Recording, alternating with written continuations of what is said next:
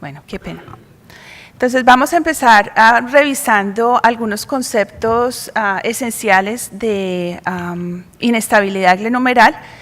Sabemos que hay un evento traumático que antecede un 90% de las luxaciones de hombro que ocurren por primera vez. Entonces tenemos un evento traumático en 90% de los casos. En estos casos encontramos frecuentemente que hay lesiones de impacto de la cabeza humeral contra la glenoides y que estas lesiones de impacto óseas se asocian frecuentemente con lesiones de tejido blando.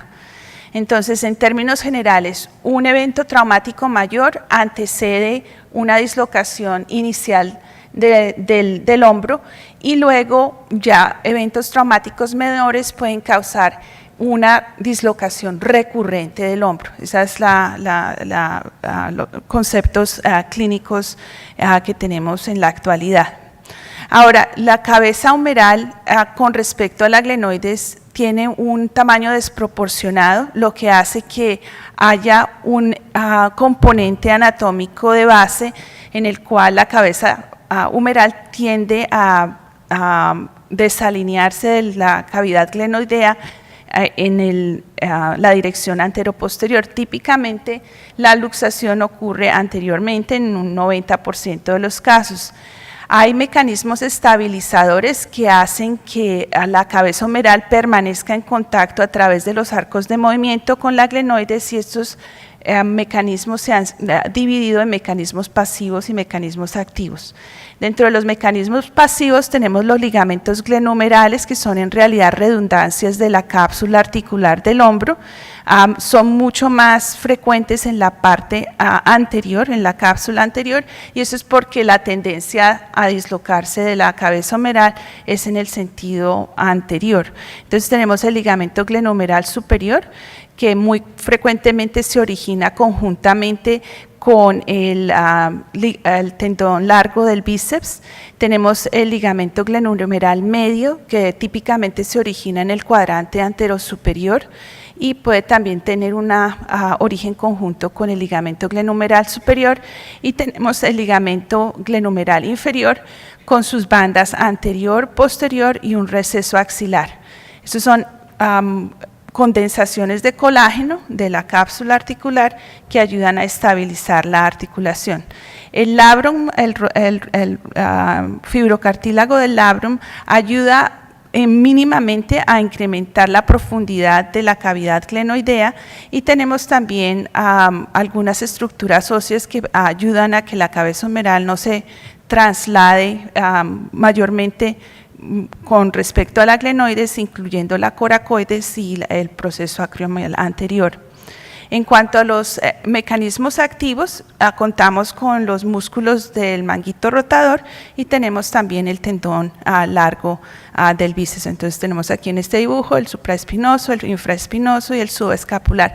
Particularmente la porción muscular del subescapular vemos que tiene un rol bastante importante en la prevención de la dislocación anterior del hombro, y cuando hay una luxación frecuentemente vemos un desgarro de esta porción muscular del subescapular.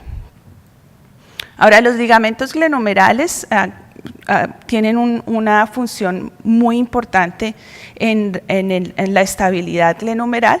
Hay una unión muy fuerte entre los ligamentos y el labrum. Entonces esta es una unión de fibras de colágeno que es bastante fuerte, mientras que la unión del labrum con la glenoides, con el rodete glenoideo, es donde tenemos la mayor debilidad estructural. Entonces, en términos generales, cuando hay una lesión por tracción del complejo labro-ligamentoso, vamos a ver que donde se rompe este complejo es a nivel del labrum. Entonces vamos a tener desgarros labrales, y estos son secundarios mucho más frecuentemente a abulsión más que impacto mecánico sobre estas estructuras.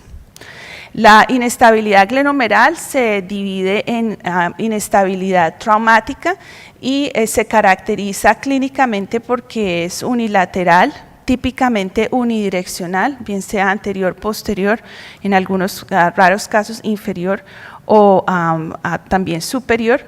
Y la lesión típica va a ser la lesión de Bankart, y frecuentemente esta lesiones traumáticas, luxaciones traumáticas, pueden requerir corrección quirúrgica.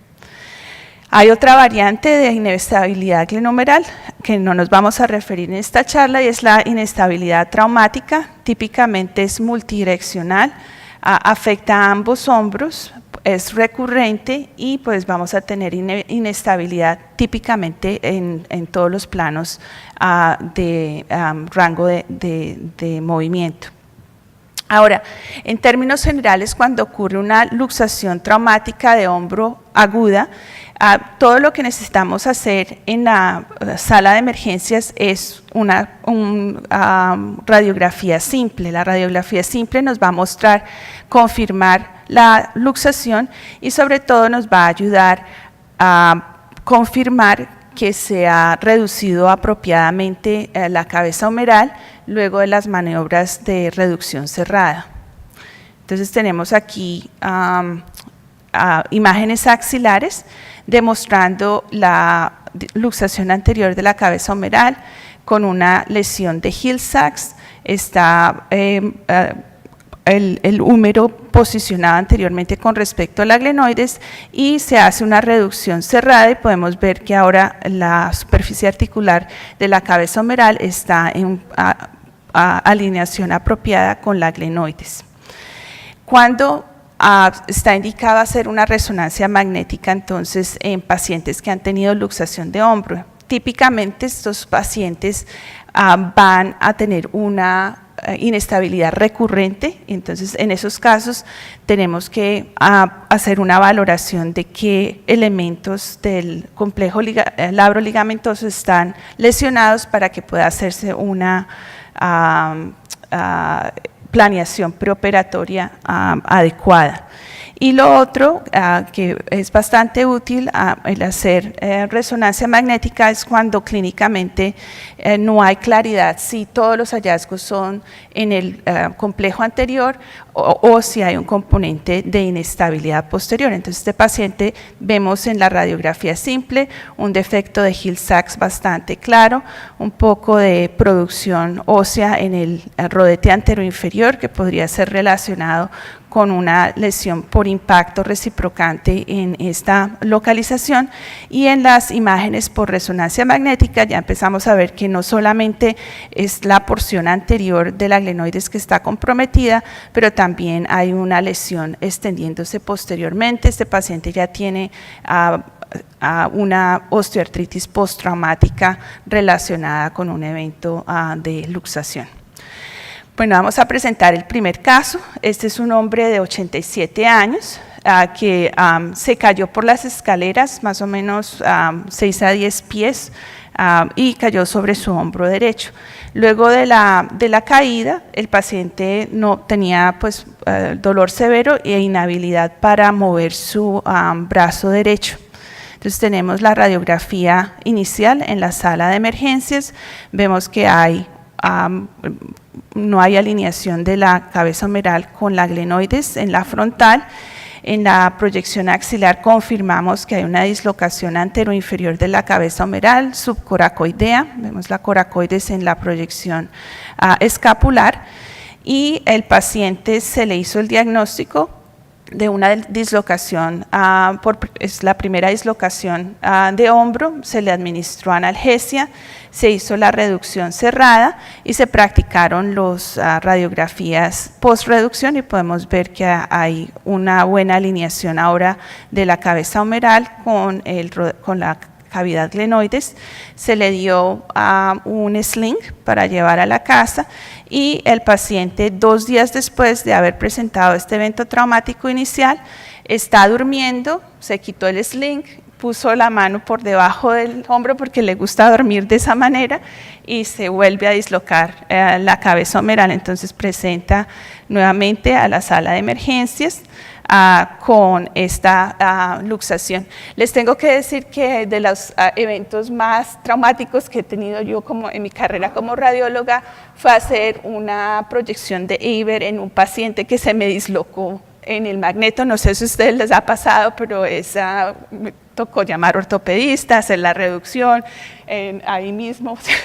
Entonces, cuando ha ocurrido un evento de luxación recientemente, hay que tener cuidado con este movimiento de abducción y rotación externa porque fácilmente la luxación se repite. Entonces, las lesiones por Hill-Sachs, la mencionamos, es esta escotadura ósea en la parte posterosuperior y lateral del húmero. No se debe interpretar cuando lo vemos como un hallazgo de inestabilidad, porque no está relacionada con ella, pero sí es un hallazgo que vemos en un 25% de los pacientes que se dislocan por primera vez, y cuando hay dislocaciones recurrentes, ese porcentaje se aumenta progresivamente. Entonces ya tenemos que un paciente que ha tenido dislocaciones por tercera o cuarta vez va a tener una presencia de un defecto de Hill-Sachs que es mucho más frecuente, del 40 al 90%. En este mismo paciente hay que revisar las radiografías para ver que en las radiografías de base se nos pasó esta imagen aquí, curvilínea ósea, en la parte anteroinferior de la glenoides, que correspondía a una fractura de Bankart.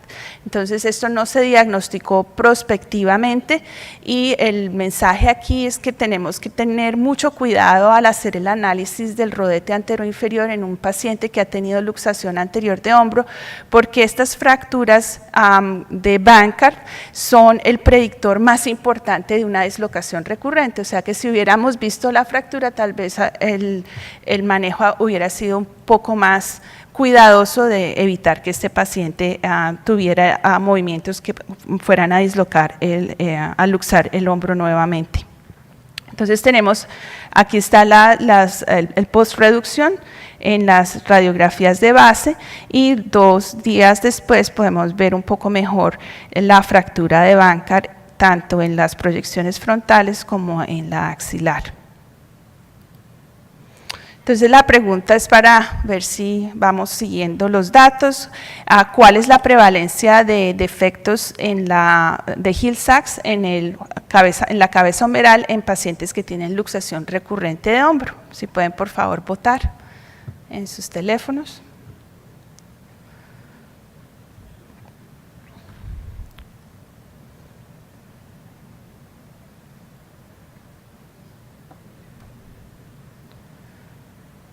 Vamos a dar unos segundos más.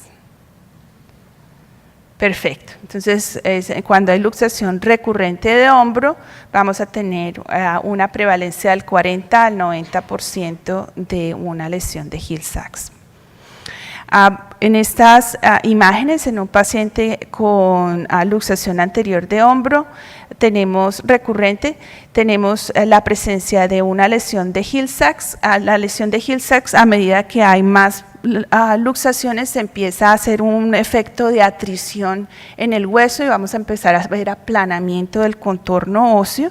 Y en la parte anteroinferior de la glenoides, en este paciente estamos viendo que hay también un elemento de fractura de Bankart. Podemos ver la línea hipointensa separando este fragmento óseo del rodete glenoideo anteroinferior, y aquí en este paciente se hizo una imagen de Eber, y podemos ver que esta lesión de Hill-Sachs no se está engatillando con la glenoides, afortunadamente en este caso. Entonces es una lesión de Hill-Sachs que no tiene este componente de engagement con el labro anteroinferior, con el rodete glenoideo anteroinferior. Nos ayuda a ver la presencia de solución de contraste interpuesto entre el fragmento de Bankart y la superficie articular de la glenoides, y podemos ver también esta relación articular, como la cabeza humeral se está trasladando anteroinferiormente con respecto a la glenoides, o sea que hay un elemento de inestabilidad activa en este paciente. Entonces, en pacientes con inestabilidad glenohumeral, la pregunta es: ¿cómo los vamos a estudiar? Entonces hay una escuela de pensamiento en la cual se hace solamente resonancia magnética convencional, sin artrografía. Esta escuela viene más que todo del grupo del Hospital for Special Surgery y la idea es que haciendo un estudio con técnicas de alta resolución, ellos han encontrado que la sensibilidad y la especificidad pues se acerca a la perfección usando técnicas convencionales. Entonces podemos ver, esta es una imagen axial en densidad de protones con supresión grasa y podemos ver claramente una lesión de Bankart donde hay disrupción del periósteo y también de la base del labro, como está completamente desprendida. Entonces es una lesión clásica de Bankart en un paciente que se le hizo una resonancia magnética convencional. Ahora, la artrorresonancia lo que tiene en realidad en la literatura es que los rangos de sensibilidad y especificidad son mucho más cortos, o sea, tenemos los reportes son más constantes en cuanto a una sensibilidad y especificidad bastante adecuada, mientras que con los estudios convencionales tenemos un rango más largo. Entonces, en términos generales, nuestros ortopedistas tienden a solicitar artrorresonancias de hombro en pacientes que son atletas, que son jóvenes, típicamente pacientes menores de 40 años, vamos derecho para artrorresonancia, mientras que en pacientes que no son tienen una condición física no tan buena y son mayores, pues se puede hacer simplemente una resonancia convencional. Ahora, las maniobras de posición, quisiera hablar un poquito de esto. Desde hace 20 años se estaba hablando de hacer diferentes posiciones dentro del magneto para aumentar la detección de lesiones del complejo labro-ligamentoso. La posición que se ha utilizado más en la práctica clínica es la posición de abducción y rotación externa o posición de Eiber. Hay varios estudios, nosotros hicimos el estudio en nuestra institución de cuántos pacientes toleraban hacer un Eiber al momento pues, de haber terminado el estudio con los planos de imagen convencional, y en un 20% los pacientes tienen dolor y no pueden hacer la posición de Eiber.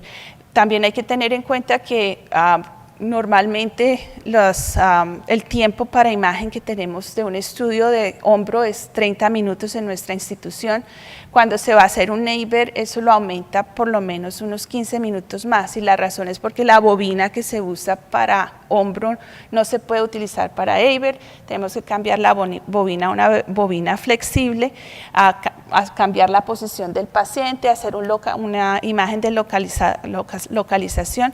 Entonces tiene un poco más de tiempo, pero hay muchos estudios que demuestran que en realidad nos ayuda a aumentar la sensibilidad y la especificidad, particularmente de lesiones en el rodete glenoideo anteroinferior. Entonces, las indicaciones que conocemos para la posición de Eiber está la inestabilidad anterior de hombro, el pinzamiento posterior-superior, porque nos ayuda a que haya contraste por debajo del supraespinoso y del infraespinoso, a detectar rupturas parciales de estos tendones.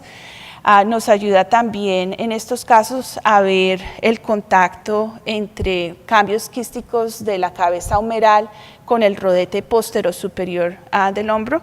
Entonces esa es una indicación también importante. Las rupturas por delaminación articular del supraespinoso y del infraespinoso, y pues en el labro posoperatorio también nos ayuda a ver si hay buena cicatrización en el sitio del reparo. ¿Cómo se hace la secuencia de Eiber o la posición de Eiber? Tenemos al paciente con el brazo elevado, la mano por debajo de la cabeza, eso hace que el hombro esté en abducción y rotación externa, y hacemos tenemos la imagen por localización coronal y hacemos las imágenes en el mismo eje del húmero. Entonces vamos a tener que en las imágenes de Eiber el rodete anteroinferior la glenoides está proyectándose inferiormente. Podemos ver la banda anterior del ligamento glenomeral inferior insertándose en el labrum, y este es el área donde vamos a tener pues mayor frecuencia de lesiones de tipo Bankart en pacientes con inestabilidad glenomeral anterior. Entonces aquí tenemos fotos mostrando cómo posicionar al paciente en el magneto, y tenemos esta posición de abducción y rotación externa que hace que la cápsula anteroinferior esté tensa y podemos ver mejor la unión labro-ligamentosa en esa localización. Ventajas de esta posición: aquí podemos ver cómo la banda anterior del ligamento anteroinferior se ve un poco redundante. Uno podría pensar que este labrum ha estado lesionado y que puede ser componente cicatrizal en la unión labro-ligamentosa, y cuando hacemos el Leiber podemos ver que es solamente redundancia de la cápsula porque el hombro se hizo la imagen con un poquito de rotación interna. Eso es algo bien importante de tener en cuenta, de hablar con los técnicos, de tratar que el hombro esté en neutro o en rotación externa leve, y pues lo que hacemos nosotros es colocar una almohadilla por debajo del codo. Esto inmediatamente eleva el codo a la misma posición del hombro y da una rotación externa leve al hombro, que podemos evidenciar por la posición del pulgar. Entonces el pulgar debe estar apuntando hacia arriba o un poquito hacia afuera, y así tenemos una buena posición en rotación externa leve del hombro para el estudio de hombro.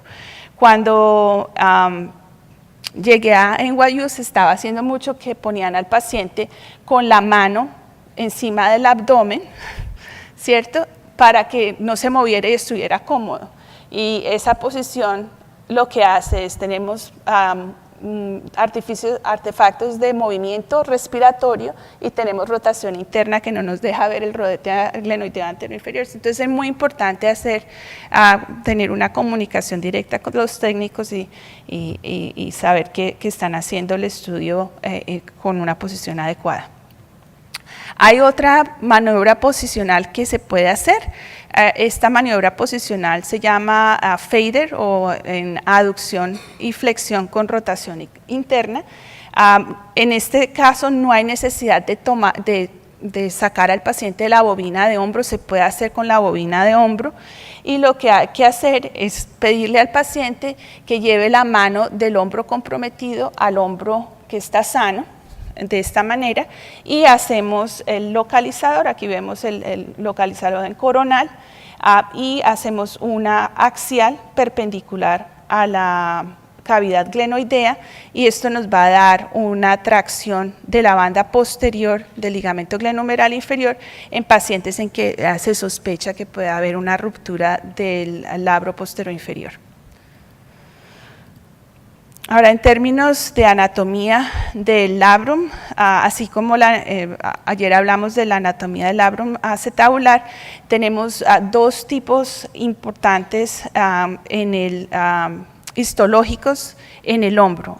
Se han descrito el tipo A, donde el labro glenoideo tiene una unión derecha con el cartílago hialino articular. Lo podemos ver acá, se encuentran el fibrocartílago del labrum y el cartílago hialino de la glenoides, se encuentran en una posición completamente flush, como se dice en inglés, mientras que en el tipo B, como vemos en la parte anterior en este mismo paciente, el cartílago hialino está extendiéndose parcialmente entre el hueso y el fibrocartílago del labrum, y esto crea un poquito de confusión, sobre todo si no hay líquido intraarticular. Se podría malinterpretar como un desgarro parcial de la base del labrum. Claves para hacer el diagnóstico diferencial: usualmente este tipo B del labro glenoideo lo vemos en la cuadrante antero superior, en la parte anterior del rodete glenoideo. La intensidad de señal del cartílago hialino nunca es líquido, es intermedia, y en secuencias sensibles a líquido.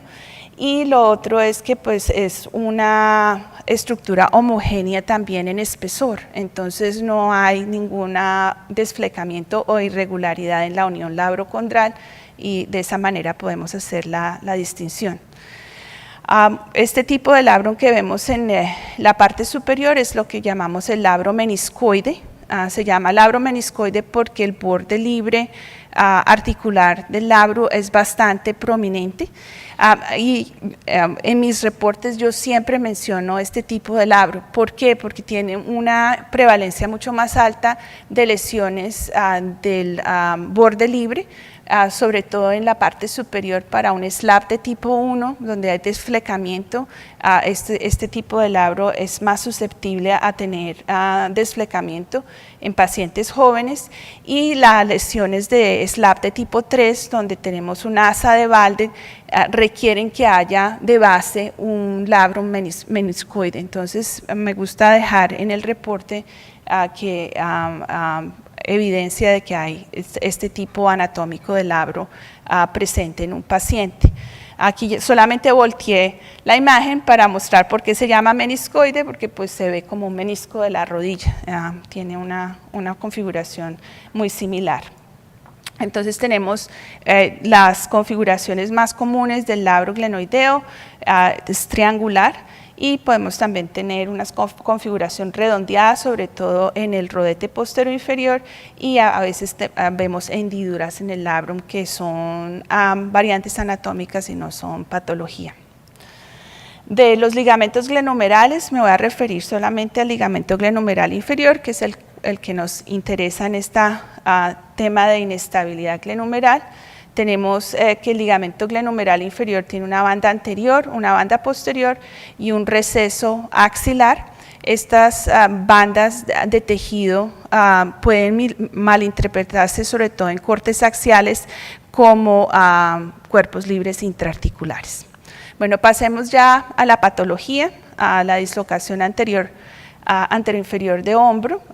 Estos son los elementos diagnósticos en imágenes de resonancia magnética que vamos a buscar. Vamos a buscar un desgarro del labro anteroinferior, vamos a buscar rupturas del ligamento glenomeral inferior, a nivel también de la cápsula, vamos a buscar si hay o no desprendimiento de la cápsula y del periósteo en el rodete anteroinferior, y estamos también pendientes de mirar si hay lesiones óseas, incluida la fractura de Bankart del margen anteroinferior de la glenoides y una lesión de Hill-Sachs.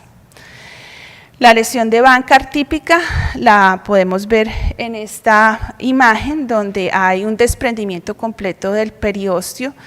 Por esta razón, la vascularización de este fragmento del labrum está completamente interrumpida y no hay posibilidad de que haya una cicatrización espontánea de una lesión típica de Bankart. Entonces, esas son lesiones que no van el fragmento no se va a cicatrizar porque está descontinuado, hay una ruptura del periósteo. Entonces, esa es la clave de diagnóstico para este tipo de lesión. No tiene que estar confinado al cuadrante anteroinferior. En este caso podemos ver que hay una ruptura que se extiende desde el origen del tendón largo del bíceps anteriormente, y podemos ver el desprendimiento completo del fragmento del rodete glenoideo anteroinferior. Podemos ver que el cartílago hialino articular está intacto en esta posición, y aquí podemos ver que hay tal vez un poquito de desprendimiento del cartílago hialino, que eso ocurre con alguna frecuencia y es un elemento que predispone a que se desarrolle osteoartritis postraumática en estos pacientes. Ahora, hay varias variantes de esta lesión de Bankart, y todo depende de si hay o no componentes asociados de ruptura de la cápsula, del periósteo. Una de ellas es la lesión de Alpsa, que es una avulsión del periósteo que está desprendido del hueso pero no está roto. Entonces, Tenemos dos variantes en este caso. Si hacemos el diagnóstico en el momento agudo, podemos ver líquido o contraste separando el fragmento del labrum y el periósteo desprendido del rodete óseo. O podemos ver, como en este caso, ya una lesión cicatrizada de ALPSA, donde lo que llamaba aquí más la atención es la ausencia del labrum. No vemos un labrum anterior comparado con la parte posterior del glenoides. No vemos ninguna estructura que semeje un labrum, solamente vemos el cartílago articular, y cuando nos vamos hacia la parte anteroinferior de la escápula podemos ver esta masa que se ha formado anteroinferiormente, que es el periósteo desprendido con el labrum, y se ha llenado el espacio que había inicialmente de desprendimiento periósteo con tejido cicatrizal. Entonces es muy importante en estos casos, cuando están analizando sus imágenes axiales y no pueden encontrar el labrum, dirigir la atención a la parte anteroinferior de la escápula, del cuello escapular, y frecuentemente encontramos el labrum retraído en esa posición con tejido cicatrizal. La posición de Eber ha sido bastante estudiada en varios estudios. Este es uno incluyendo a 256 pacientes, en el que se hizo una correlación de solamente hacer el diagnóstico en Eber contra los planos convencionales de imágenes, y podemos ver que la sensibilidad y la especificidad del Eber fue bastante buena, solamente utilizándola para hacer el diagnóstico del desgarro anteroinferior, y si lo hacemos combinado, si combinamos los planos convencionales con la posición de Eber, la sensibilidad y la especificidad aumentaron muchísimo. Entonces vale la pena hacer el esfuerzo e incluir la posición de Eber. Y este es un caso en el cual se muestra el valor añadido del Eber. En el axial vemos que el labrum puede estar un poquito redondeado, un poquito aumentado en la señal, pero nadie va a hacer un diagnóstico de un desgarro del labrum en este caso. Y cuando hacemos el Eber podemos ver que la tracción de la cápsula anteroinferior está demostrando esta lesión, donde el periósteo está intacto, o sea que esto sería una lesión de ALPSA en este caso. ¿Sí?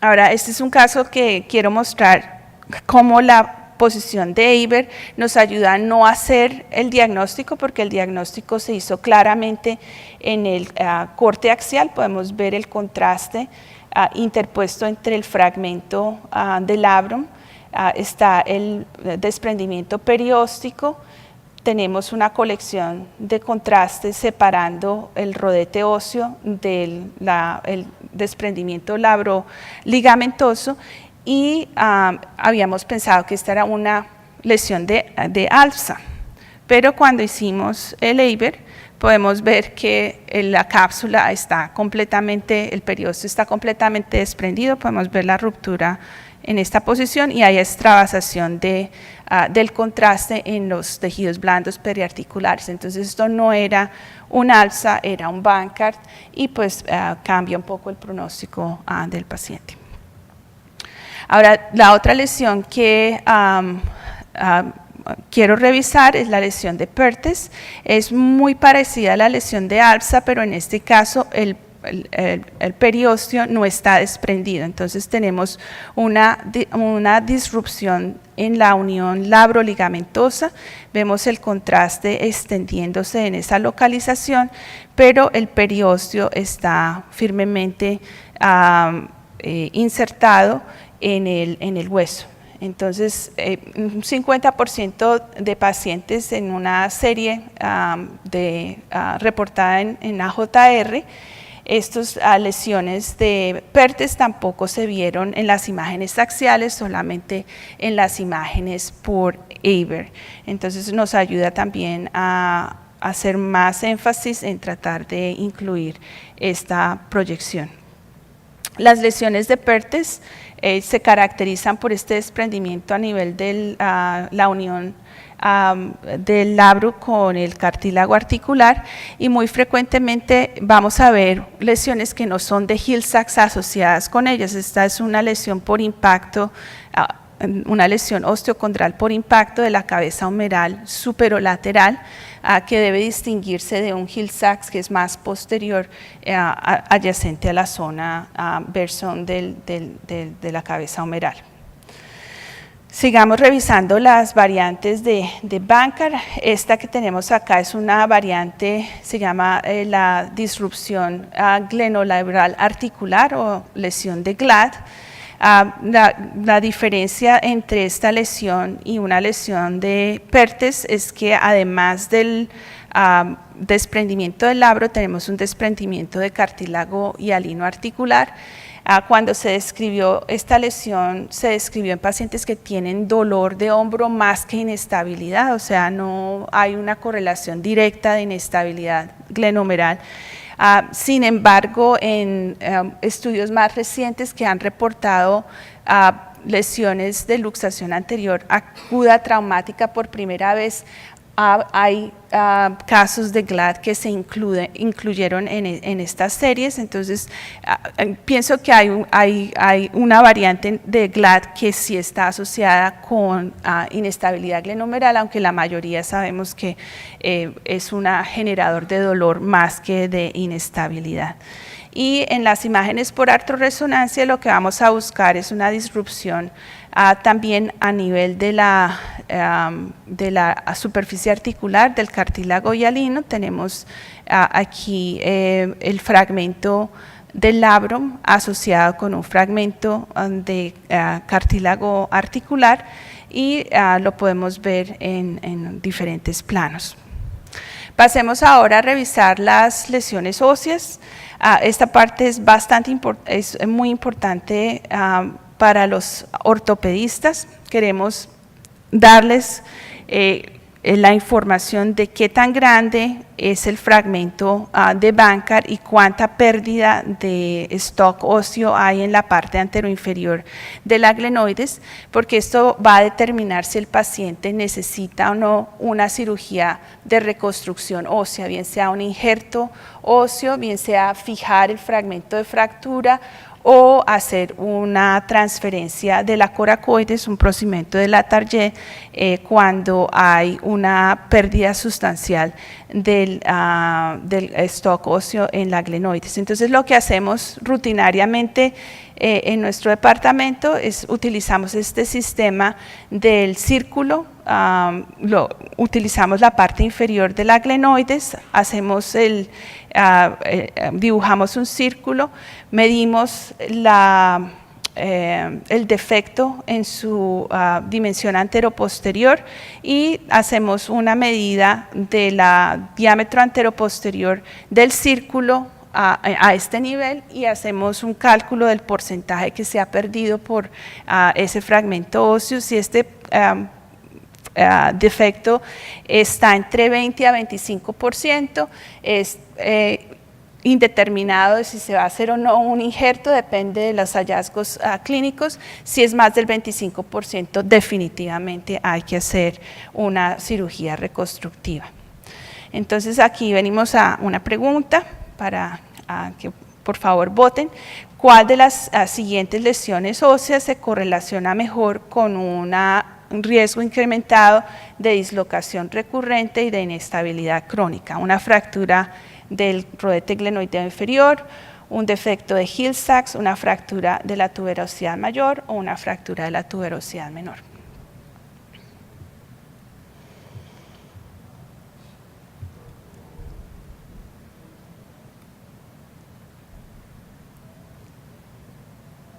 Tenemos unos segundos más.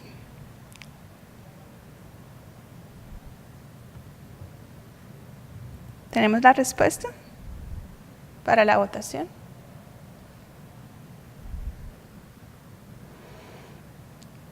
Perfecto, sí. Entonces la fractura del rodete glenoideo es la mejor hallazgo para hacer una predicción de que va a haber una luxación recurrente de hombro. Este caso es un caso para ilustrar la lesión por atrición crónica en la glenoides anteroinferior. Normalmente la glenoides debe tener una configuración que semeja una pera o un aguacate, más o menos la parte inferior es más redondeada que la parte superior. Cuando perdemos esa configuración, se llama la configuración de la pera invertida. En la literatura ortopédica tenemos que hay un aplanamiento completo del rodete glenoideo anterior. Entonces este paciente requirió hacerle una cirugía reconstructiva, aquí vemos los tornillos, colocando un injerto. En este caso se utilizó un injerto de la tibia para reformar el contorno normal en este paciente. Podemos ver en las imágenes prequirúrgicas cómo está alterado y remodelado el contorno anteroinferior, que está completamente aplanado. Entonces aquí tenemos el concepto de la pera, donde la fractura, el fragmento de fractura de Bankart nos va a producir una pérdida de un defecto óseo en la glenoides anteroinferior. Si este defecto óseo es mayor del 25%, el riesgo de recurrencia en la luxación es bastante alto y hay que hacer una cirugía reconstructiva. El PERTES, estas reconstrucciones que les estoy mostrando acá son reconstrucciones con resonancia magnética, utilizando una técnica de VIVE con in and out of phase, y hacemos subtracción de todos los elementos que no son óseos en esa adquisición de imagen, y podemos hacer un mapeo tridimensional de la glenoides en resonancia magnética. Entonces tenemos en un PERTES se conserva la configuración normal de la glenoides. En un ALPSA, en este caso, hay atrición crónica, es una lesión crónica y hay un poquito de atrición, vemos el aplanamiento, pero no hay una pérdida sustancial del stock óseo. Este paciente puede tener un reparo artroscópico del labro sin necesidad de una cirugía reconstructiva de hueso, con trasplante de hueso, y en este paciente ya hay una lesión de Bankart bastante importante y pues puede requerir que se le haga el injerto. Ahora miremos las lesiones que están localizadas en el complejo ligamentario, pero a nivel de la inserción humeral. Entonces estas lesiones se han denominado las lesiones de Hagel, donde hay una avulsión humeral del ligamento glenohumeral inferior. En imágenes convencionales como esta, donde tenemos una secuencia de supresión grasa en T2, podemos ver el desgarro parcial de la banda anterior a nivel del cuello humeral en este paciente, y lo confirmamos en los cortes axiales. Podemos ver líquido nativo, derrame articular nativo debido a una lesión traumática reciente, y el desflecamiento del ligamento a nivel de la inserción humeral. Vamos a tener aquí otro caso. Este paciente se le hizo una artroresonancia con guía fluoroscópica, vemos la localización de la aguja, no hay extravasación de contraste que podamos ver, se ve bastante normal la cápsula, pero una vez que llevamos al paciente al magneto, tenemos estas imágenes. Entonces, para que las analicen, hay flechitas y todo. ¿Cuál sería el diagnóstico en este caso? Voy a regresar.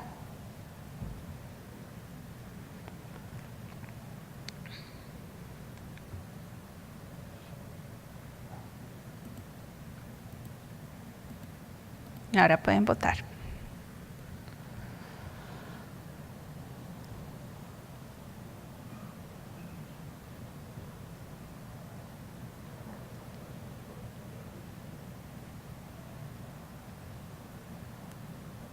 Miremos los resultados.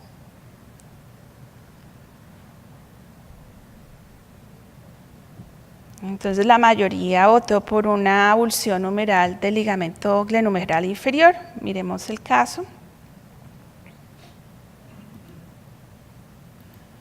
Entonces tenemos el ligamento glenohumeral inferior que tiene una configuración en U normalmente. Cuando hay una ruptura podemos empezar a ver que esa U se pierde y tenemos una configuración en J, dependiendo del hombro que estamos viendo, es una J invertida o una J normal. En este caso sería una J invertida. Vemos la cápsula se está extendiendo inferiormente a nivel del cuello humeral y podemos ver que no había extravasación inicial, o sea que no fue un defecto técnico de que nosotros extravasamos el contraste, sino que a nivel de la lesión de la cápsula anteroinferior se está produciendo un escape del contraste hacia el húmero proximal. Analizando ya las imágenes sagitales, podemos ver la banda anterior está desflecada y podemos seguir ese desflecamiento hasta el cuello humeral. Y en este paciente también hicimos un Eiber. Podemos ver que el labrum está completamente normal, no hay una ruptura del labrum.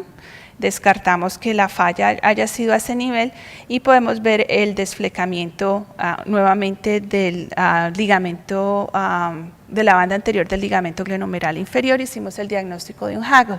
Entonces se pone todo junto y podemos aumentar nuestra certeza diagnóstica de esta manera. Estas son imágenes utilizando reconstrucciones en escanografía y con un dibujo superimpuesto de las variantes que tenemos de lesiones del ligamento glenohumeral inferior. Entonces el Hagel normalmente, primariamente, es un desgarro a nivel de la inserción en el cuello humeral. Ese desgarro puede ocurrir con un fragmento de fractura. Entonces en este caso tenemos un Hagel óseo, que en inglés se le dice un bagel. Y si el desgarro es tanto a nivel del cuello humeral como a nivel de la glenoides, vamos a tener una banda anterior que está flotante. Entonces ese es el espectro que podemos ver. Recientemente tuve este caso donde podemos ver el desprendimiento completo de la banda anterior, de la porción anterior del cuello humeral, y tenemos también un desgarro completo a nivel del labro. Entonces esta porción de la banda anterior está completamente flotante, es lo que se denomina una banda flotante con un fragmento de labro también flotante. A nivel de la inserción en la glenoides, entonces podemos tener también disrupciones del ligamento glenohumeral inferior. Esta disrupción puede ser con un pedacito de hueso que podemos ver en el contorno de la glenoides anteroinferior, ver esa irregularidad ósea. Entonces hacemos el diagnóstico de una avulsión del ligamento a nivel de la inserción glenoidea. En este caso es una avulsión parcial, podemos ver, seguimos en la banda anterior del ligamento glenohumeral inferior y podemos ver que está parcialmente desprendida del hueso. Entonces esto sería una disrupción parcial a nivel de la glenoides. Rápidamente, para terminar, voy a revisar conceptos de inestabilidad posterior glenohumeral. En realidad es traducir lo que hemos revisado hasta ahora en la porción anterior de la glenoides y pasarlo a la parte posterior. Tal vez lo más importante a considerar es que en la inestabilidad glenohumeral posterior vemos más cambios a nivel del rodete óseo, donde hay cambios productivos, osteofitos, esclerosis, que lo que vemos en la parte anterior. Tal vez porque anteriormente tenemos más frecuentemente la fractura de Bankart, que se lleva pues el rodete glenoideo, mientras que posteriormente hay un proceso de atrición más crónico normalmente. Entonces, ¿cómo hacemos el diagnóstico? Esta es una artrorresonancia, tenemos contrastes separando el fragmento del labro posterior-inferior de la glenoides. El cartílago articular está preservado, entonces sería un Bankart reverso en el cuadrante posterior inferior. Una lesión de Bennett, que estas lesiones las vemos sobre todo en beisbolistas, en pitchers, donde la banda posterior de la cápsula articular genera tracción y se producen estas espolones óseos que están localizados por fuera, por detrás de la base del labro, y el labro está completamente normal. Entonces podemos ver que es una lesión por tracción de la cápsula articular con un labro intacto. Y podemos también tener variantes como la variante de la glenoid-labral articular disruption en la parte posterior, donde hay un fragmento del labrum asociado con un fragmento articular y se hace la delineación con el contraste intraarticular. Y ya para terminar, la lesión de Kim, que es una lesión donde hay una aparente integridad en la unión labrocondral, se ve bastante bien, sobre todo en imágenes convencionales. Esta imagen por artorresonancia nos muestra que hay una pequeña comunicación, y luego en las imágenes de T2 podemos ver un quiste sublabral y paralabral bastante prominente. En estos pacientes pues hacemos el diagnóstico muchas veces en resonancia magnética y artroscópicamente son completamente normales. Bueno, yo creo que paramos acá. Muchísimas gracias por su atención, y si hay preguntas podemos discutir. Muchas gracias, doctora Bencardino, por la exposición. ¿Hay alguna pregunta? Sí, doctor, bien pueda. Sí.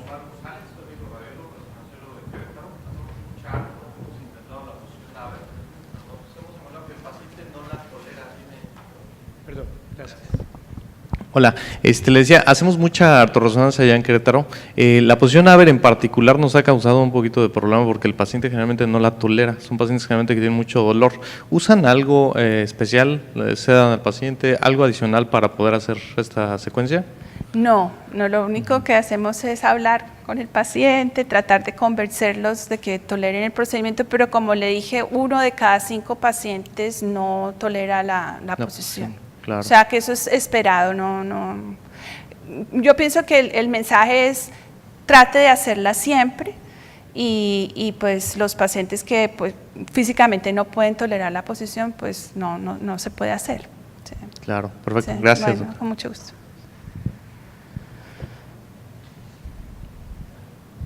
Doctora, bonita presentación.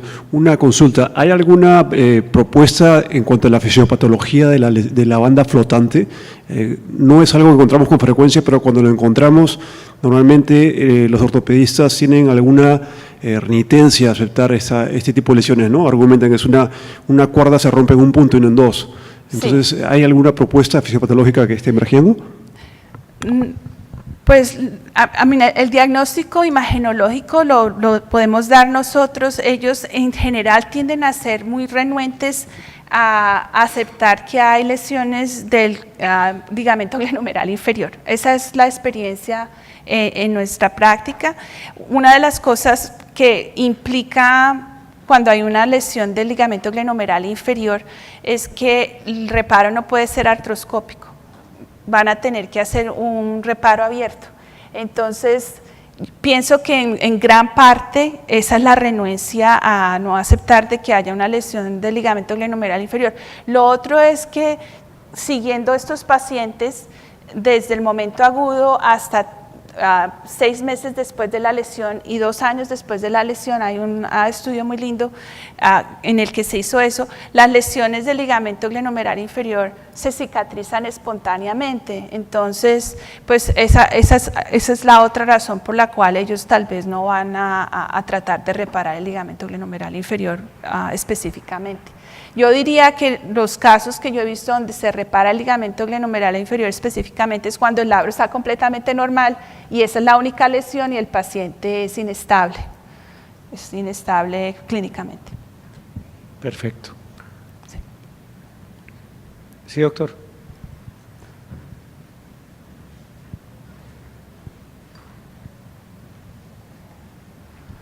Buenas, doctora, para la doctora. Sí. Una preguntita.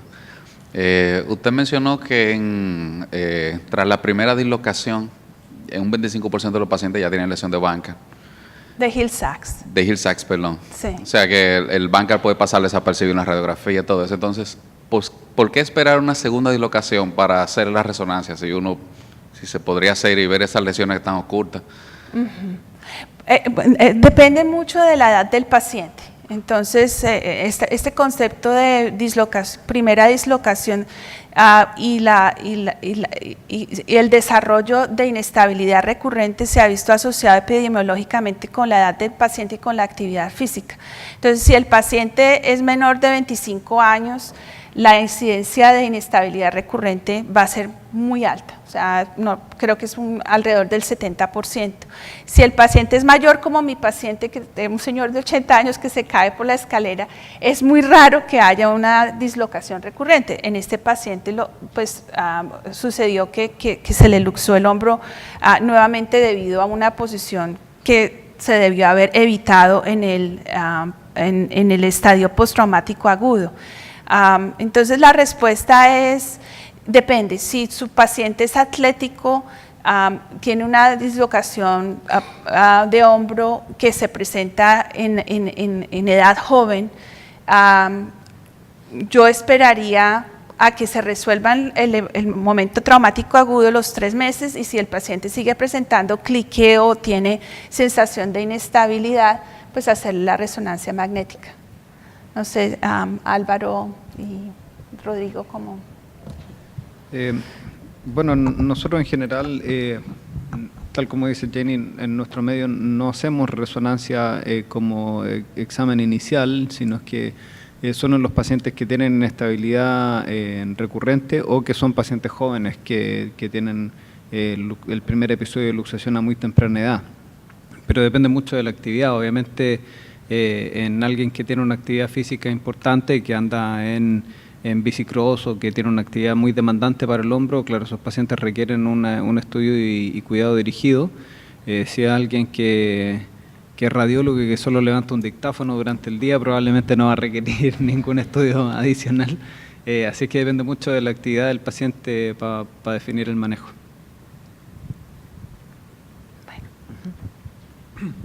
Muy bien, muchas gracias. Damos por cerrada la primera sesión de la mañana. Tenemos un descanso y nos vemos a las 10:30 nuevamente. Muchas gracias. Gracias, Jenny.